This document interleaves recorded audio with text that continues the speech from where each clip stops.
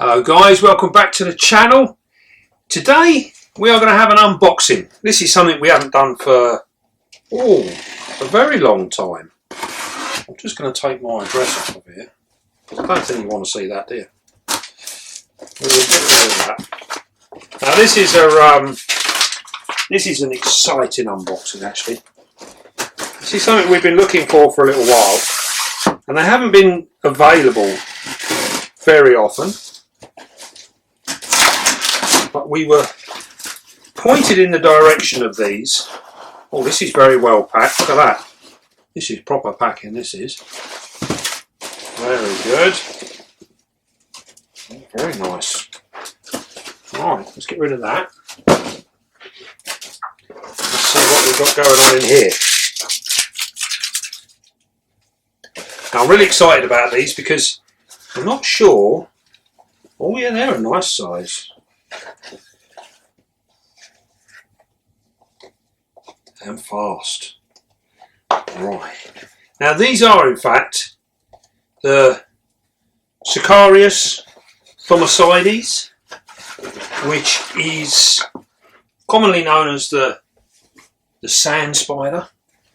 These are the guys that cover themselves up. Now recently our adult female passed away, which is a bit of a shame. So we are going to try again, and we're going to go down the route of doing these small ones. Now we'll see. We've got one there that looks a little bit dodgy.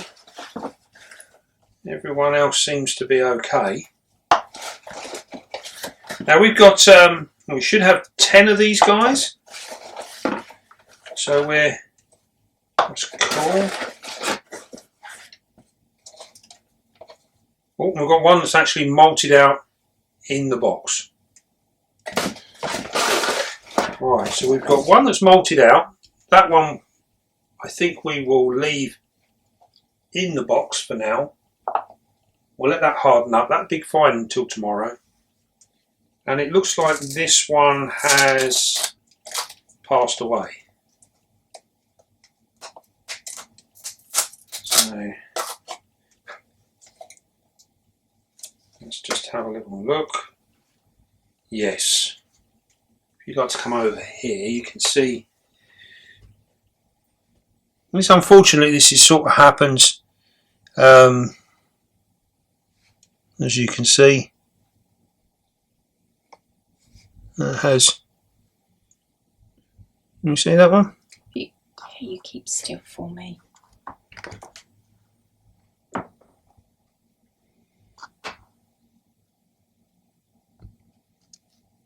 Yeah. So that's a little bit unfortunate, but it's not the end of the world. We can. We've still got 2, 4, 6, 8, and the recently malted one. So we'll put that one there. Now, when you get a case like this where you do get one that has passed away in the post, you know, all you need to do really is contact the seller and private message them, and then work it out between the two of you. There is no point in jumping straight onto Facebook and putting up moaning miserable posts. So all we will do is we will contact the seller, explain what's gone on, and we can work it out from there.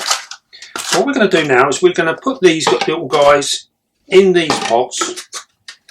Now, one of the good reasons we use these pots is because these guys can't climb glass, so they're pretty hopeless at escape when it comes to things like that.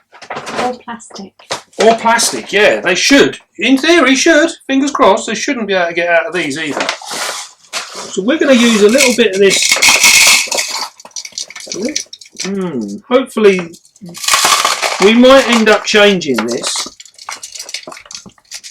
We'll see. It's actually quite sandy, so I'm hoping it will be enough, because these guys literally just bury themselves just underneath the surface, and hopefully this stuff looks like it's probably going to be fine enough for them to hide under.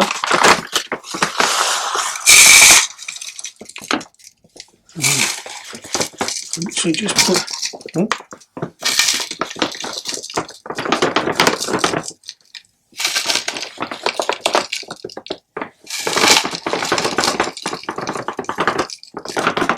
bit more in that one.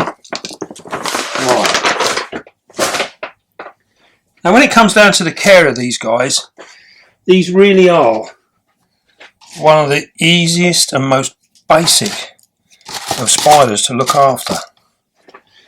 What we're going to do now, we're just going to take out the really big heavy lumps. We're going to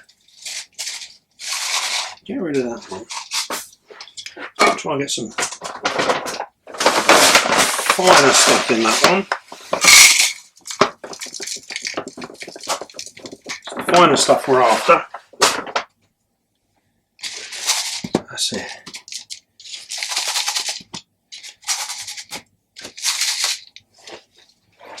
We'll get some of it. Making a terrible mess.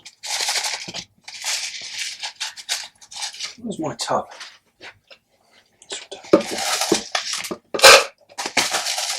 What I'm trying to do is just take out some of the heavy bits.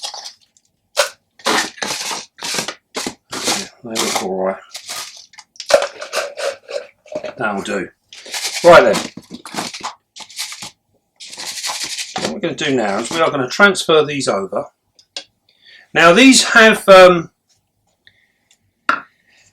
does seem to be a bit of a grey area with the Sicarius, because in some circles they're classed as being highly venomous, with an incredibly potent venom, which some believe really should put them on the DWA license. Now they're not on there at the moment, so that makes it totally legal for just about anyone to purchase them and keep them. Now when it comes to the actual venom, although the venom is very, very strong, they are very reluctant, or so I found so far, and looking on what literature there is, and there's very limited literature to these, they would appear to be very, very reluctant to actually bite. So that's not to say that we shouldn't be careful. We do still need to be careful. So what we're going to do, we'll come over here, we will pick a tub, and we will, these are incredibly fast. So we've got our paintbrush. Once we get them in the pot, we'll get a better look at them. So we'll turn that around like so.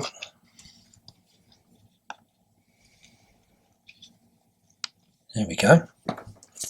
One in, and as we first suggested, they cannot climb the sides. You see there?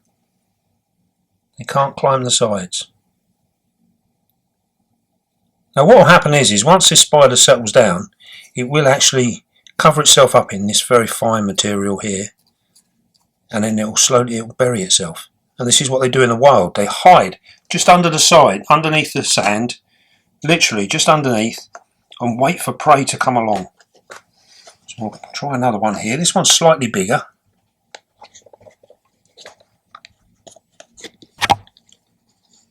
There we go, straight in. Very nice. What we'll do is we'll just pop them all in.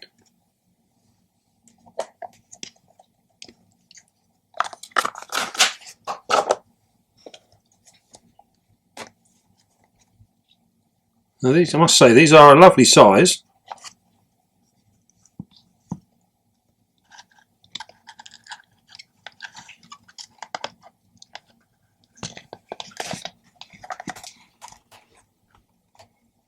There we go. Let's get that one in there.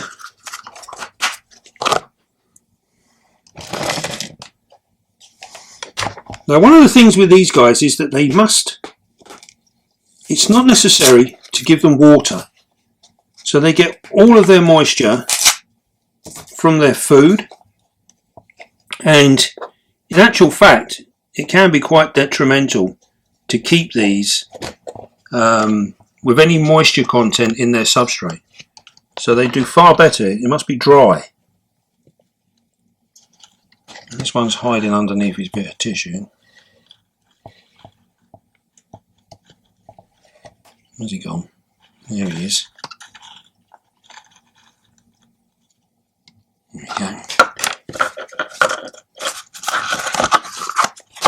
These really are lovely little spiders.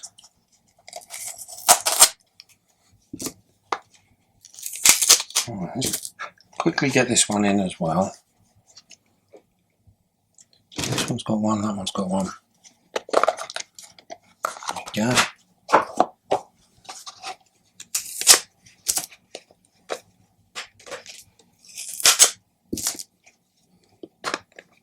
Now, ones that we've had of these in the past have actually grown relatively quickly.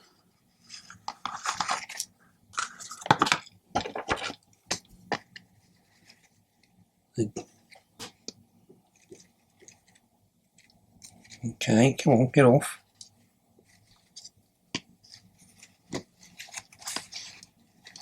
There we go, he's in.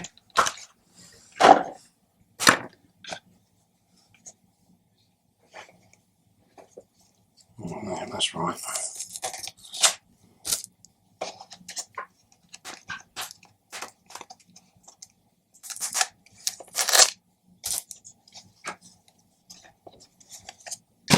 I'll pop this one in here.